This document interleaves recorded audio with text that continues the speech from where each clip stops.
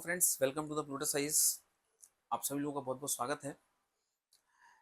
यदि विश्व में यूनानी रोमन सभ्यता के धर्मों से सामी सेमेटिक धर्मों के इतिहास को देखा जाए तो कौन से महत्वपूर्ण बिंदुओं और कौन से महत्वपूर्ण पहलुओं पर विशेष रूप से बदलाव हमको देखने को मिले और कहां से सेमेटिक धर्म का कैसे उदय हुआ, तो आइए हम लोग इसको समझने का प्रयास करते हैं।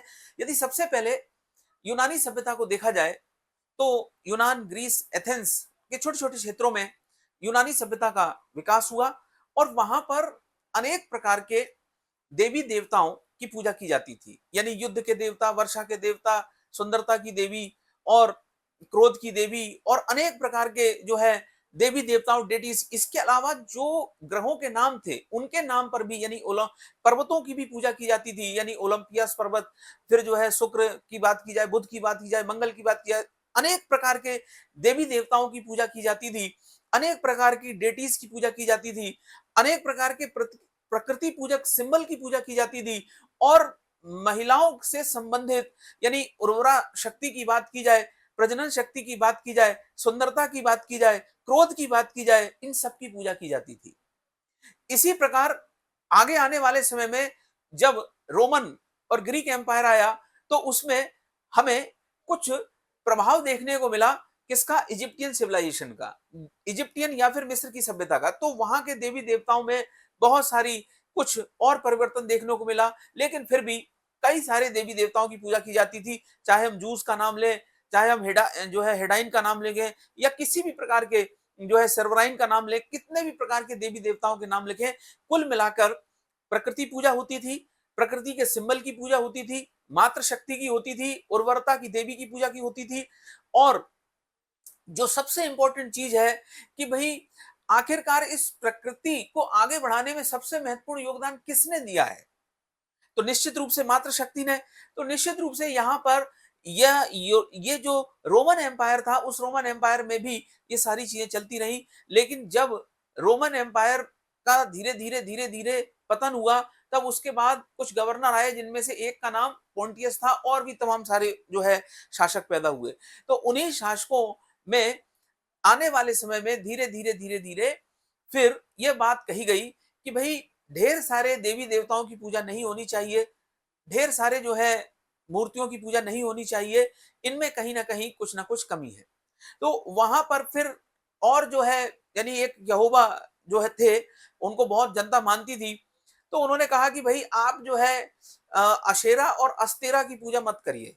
अशेरा और अस्तेरा जो होती थी वो ऐसी महिलाएं थी जिनकी मूर्तियां बनाई गई थी, जो पहाड़ों पर प्रकृति के रूप में एक प्रकार से सिंबल के रूप में जो है उनकी पूजा की जाती थी कि प्रकृति में ये जो है ये जो है उर्वरा से लेकर, प्रजनन से लेकर, शक्ति से लेकर कई प्रकार की जो शक्तियां हैं उनकी जो है कहीं ना कहीं ये प्रतीक है।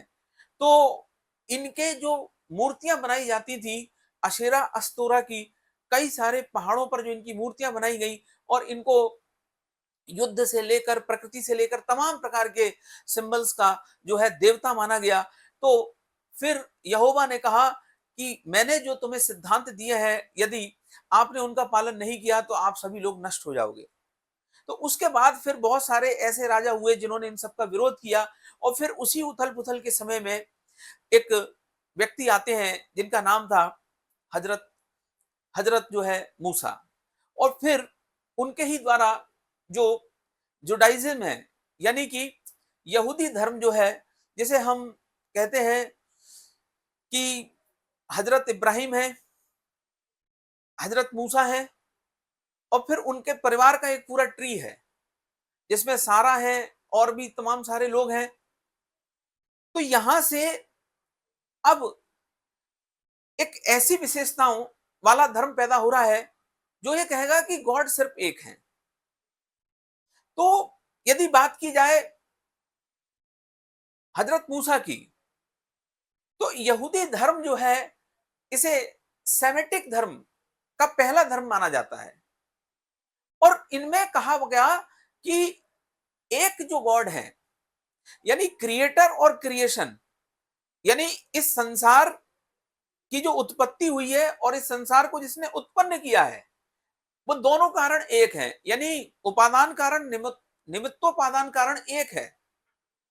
तो यहां पर जब बात कही जाती है कि क्रिएटर और क्रिएशन दोनों एक में है, लेकिन दोनों जो हैं वो एक नहीं, लेकिन यदि भारत में आते हैं तो यहां पर अहम ब्रह्मास्मि की बात की जाती है, वो एक अलग कहानी है। तो जो सेमेटिक रिलीजन है, इसमें जो मुख्य बात है कि भाई एक देवता होंगे, एक किताब होगी और एक प्रकार की पूजा पद्धति होगी। तो जिसमें सबसे पहले व्यक्ति थे जिनका नाम था हजरत मूसा, इब्राहिम, फिर उनके पूरे परिवार का एक ट्री था जिससे लोग आगे बढ़े। तो उन्हीं के ही परिवार के वंशज में जो है आगे जाकर जो है कुछ लोग ऐसे हुए जिन्होंने कहा कि भाई ईसा मसीह के हम सिद्धांतों पर आगे बढ़ेंगे। और जो इसके बाद ईसाई धर्म की बात की जाए तो ईसाई धर्म का जन्म कैसे हुआ? ईसाई धर्म के जन्म के पीछे भी लगभग ऐसी ही कहानी है, रोमन एम्पायर से मिलती जुलती और कई सारे गवर्नर से। लेकिन जब हम यीशु की बात करते हैं, हम गॉड की बात करते हैं, तो वहां पर भी वही बात कही गई कि जो गॉड है वो दयालु है, गॉड जो है वो माफ कर देता है, गॉड जो है उसमें माफी देने की क्षमता होती है। लेकिन मूर्ति पूजा नहीं होनी चाहिए, गॉड एक होगा, एक पूजा पद्धति होगी और एक किताब होगी। और फिर उसके बाद आने वाले समय में हजरत मोहम्मद पैगंबर साहब के द्वारा इस्लाम धर्म की स्थापना की जाती है। और इन तीनों धर्मों की जो जड़ है वो कहीं ना कहीं एक ही वंश, एक ही परिवार से जुड़ी हुई है। इनको सामी धर्म या सेमेटिक धर्म कहा जाता है। और इन धर्मों का जो डेवलप हुआ है उसमें एक महत्वपूर्ण किताब का योगदान रहा है जिसका नाम है तोरा। तोरा से पहले जो महत्वपूर्ण जो इनके जो कथन माने जाते थे, तो वो तोरा से पहले जो इसका नाम था, एक और किताब इसका नाम था इंजील, और एक किताब और थी। यानी तीन किताबों का महत्वपूर्ण योगदान रहा इन धर्मों के निर्माण में। और जो सबसे पहला, हाँ, सबसे पहले जो टेक्स्ट थे वो थे हिब्रू टेक्स्ट।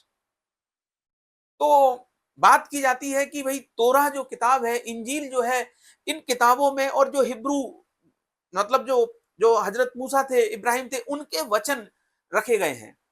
लेकिन उनके वचनों में फिर कुछ बातें ऐसी रही जो आगे के आने वाले पीढ़ी के लोगों ने नहीं माने, थोड़ा सा वहां कॉन्ट्राडिक्शन रहा। तो उसके बाद फिर कहीं ना कहीं ईसाई धर्म और यहूदी धर्म में कुछ असमानताएं आई। और फिर आगे जाकर जब इस्लाम धर्म जो है की उत्पत्ति हुई, तो तीनों धर्म को माना तो वहीं से जाता है, हजरत मूसा की फैमिली ट्री से।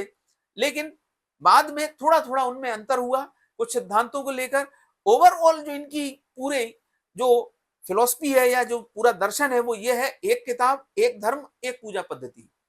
ओवरऑल जो इनका पूरा सामी धर्मों का जो पर्पस है वो पर्पस है कि भाई गॉड ही जो है क्रिएटर है और उसी ने ही सब कुछ क्रिएशन किया है, उससे बाहर कुछ भी नहीं है। यदि उससे बाहर यदि किसी की भी आराधना पूजा इत्यादि की जाएगी, मूर्ति पूजा की जाएगी, तो वो कहीं ना कहीं गॉड के खिलाफ सारी बातें जो है वो मानी जाएंगी। तीसरी बात, सेमेटिक रिलीजन के बाद विश्व में अलग अलग प्रकार के जो प्रभाव देखने को मिले और कई प्रकार के जो धर्म थे, उन धर्मों के साथ यदि मैं तुलना और समानता करके देखूं तो उसमें भी हमें बहुत सारे मुद्दों पर हमें डिस्कस करना पड़ेगा। यानी बात की जाए तो इजिप्टियन सिविलाइजेशन के देवताओं के बारे में, इसी प्रकार मेसोपोटामिया, बेबीलोन, अखाड़ सिविलाइजेशन के देवताओं के बारे में, और फिर जरथ्रुस्ट को हम कैसे भूल सकते हैं, उनके जो महत्वपूर्ण सिद्धांत हैं उनके बारे में। तो ओवरऑल आज हम लोग यहीं तक ही रखेंगे, सामी धर्म तक, सेमेटिक रिलीजन तक। तो कैसे यूनान में जो ढेर सारे देवी देवताओं की पूजा की जाती थी, यानी एक देवता एक सिंबल, युद्ध के देवता, प्रकृति के देवता, बुद्धि के देवता।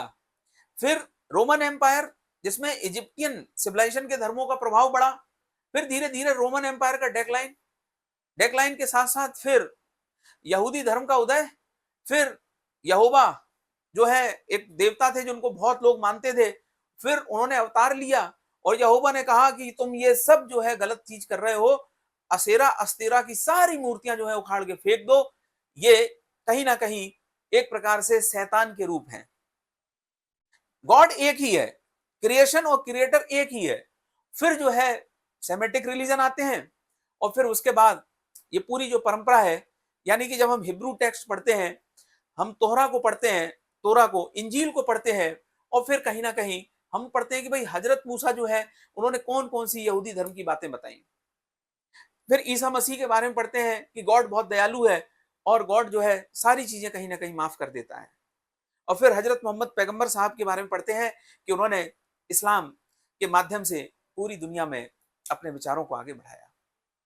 इसके बाद की कहानी को मैं नेक्स्ट वीडियो में कंटिन्यू करूंगा। तो आज के लिए इतना ही। बहुत बहुत धन्यवाद। Thank you very much.